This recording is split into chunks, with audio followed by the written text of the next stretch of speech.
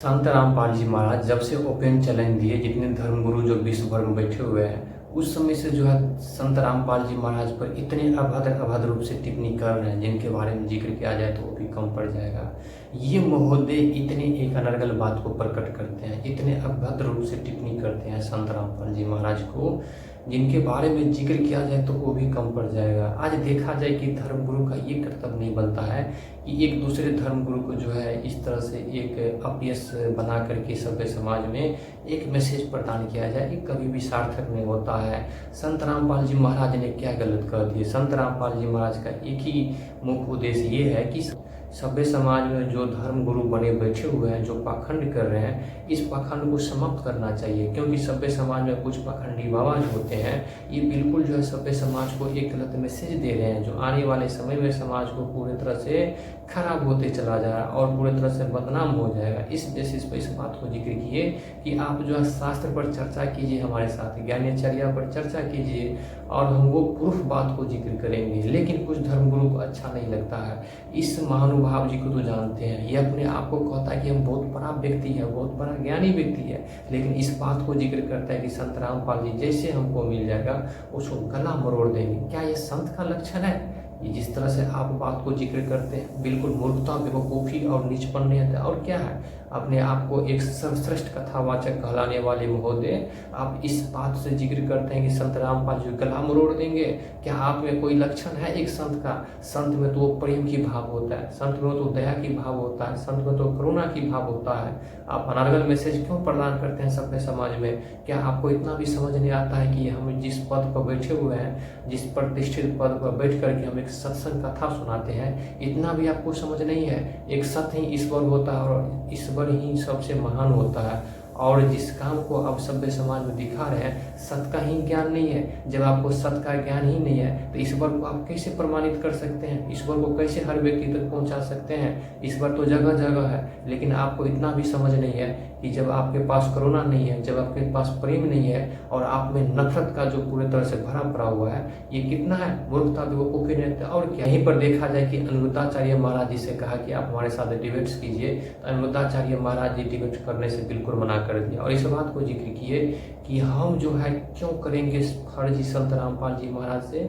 आज देखा जाए कि अनिरुद्धाचार्य जी महाराज इस बात से डर गए, क्योंकि हम जैसे शास्त्र करेंगे और उसी परिस्थिति में हमें तो ज्ञान है ही नहीं, और इस बेसिस पर हमें जो है एक फर्जी घोषित कर दिया जाएगा। इस बेसिस पर जो है संत रामपाल जी से बिल्कुल शास्त्रार्थ करना बिल्कुल मना कर दिए और इस बात को घोषित कर दिए कि संत रामपाल जी महाराज फर्जी है। जो व्यक्ति खुद फर्जी है वो दूसरे को फर्जी कैसे कह सकते हैं? पहले तो आप दोनों डिबेट्स कर लेते और डिबेट्स जब हो जाता तब पता चलता कि कौन व्यक्ति फर्जी है, या तो संत रामपाल जी महाराज को ही आप फर्जी कर देते। इतना ज्ञानचर्या करते, उस ज्ञानचर्या पर जो है स्पष्टीकरण हो जाता है कि संत रामपाल जी महाराज फर्जी है।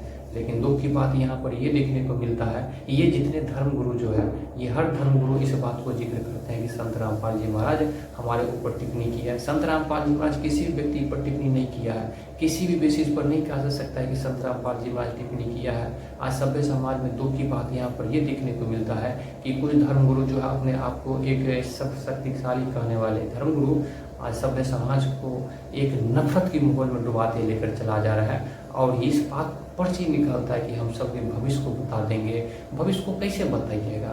यहाँ इंसानियत है ही नहीं, यहाँ मानवता है ही नहीं, यहाँ धर्म की कोई बात को जिक्र ही नहीं कर रहा है। आपस में सबके पास नफरत की माहौल बना हुआ है और नफरत की माहौल बनाकर कहते हैं कि हम संत हैं। संत कैसे हो सकते हैं? आप इतने तीव्र गति से और विलक्षण गति से आप एक अभद्र रूप से टिप्पणी करते हैं, एक सभ्य समाज को मैसेज देते हैं। इस स्थिति परिस्थिति में आप संत हो ही नहीं सकते हैं। संत का वाणी बहुत मीठा होता है, संत का विचार सबसे उत्तम होता है, संत का जो गुण जो होते हैं सबसे बेस्ट अनोखा होते हैं। और जिनके पास ये गुण नहीं है वो बनावटी है, और बनावटी जो है सभ्य समाज को कभी मैसेज नहीं दे सकता है। इसलिए जो है हर जितने सभ्य समाज में स्पिरिचुअलिटी और इस सभ्य समाज में जितने धर्मगुरु बने बैठे हुए हैं, हर धर्मगुरु को जो है संत रामपाल जी महाराज से डिबेट्स करके जो है इस बात को प्रमाणित सिद्ध करना चाहिए कि वाकई में जो है हमारे पास इस एबिलिटी है जो सभ्य समाज में एक सही मैसेज प्रदान कर सकते हैं। समाज में एक सही मैसेज नहीं दे सकते हैं तो एक साधु संत का चोला पहन के क्यों बैठे हुए हैं? एक सभ्य समाज में साधु संत को जो है एक जिस तरह से ठेस क्यों पहुंचा रहे हैं? आज देखा जाए कुछ नकली धर्मगुरु जो है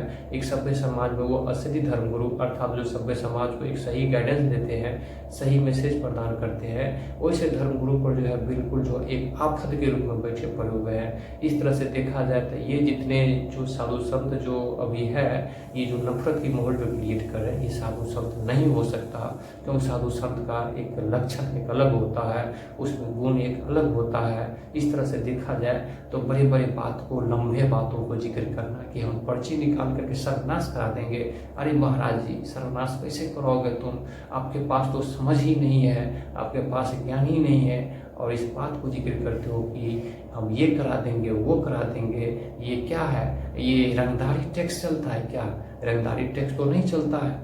और सबसे बेवकूफ़ लोग वो होते हैं जो ऐसे बाबाओं को जो है कथा सुनते हैं, ऐसे बाबा जी पर जो है उनके बातों को आंख बंद करके विश्वास कर लेते हैं। हम ये बता देना चाहेंगे इस वीडियो के माध्यम से, ये जितने जो है कथावाचक हैं उनका विरोध तो नहीं करना चाहते हैं, ना कर रहे हैं, लेकिन इतना बात जरूर कहना चाहेंगे कि जो ईश्वर है वो सत्य है, और सत्य है वही पूरा प्रकृति है, प्रकृति की ही पूरे तरह से पूर्ण परमात्मा है। ऐसी स्थिति परिस्थिति में जो धर्मगुरु एक गलत विचार को प्रकट कर रहे हैं, जिसमें क्रोध की भाव है, जिसमें काम की भाव है, जिसमें लोभ की भाव है, ऐसे धर्मगुरु से थोड़ा हट करके रहिए, नहीं तो ये पूरे तरह से सभ्य समाज को बर्बाद तो करते ही चले जा रहे हैं, और आने वाले समय में पूरे तरह से सभ्य समाज को तहस नहस करके ही मानेंगे।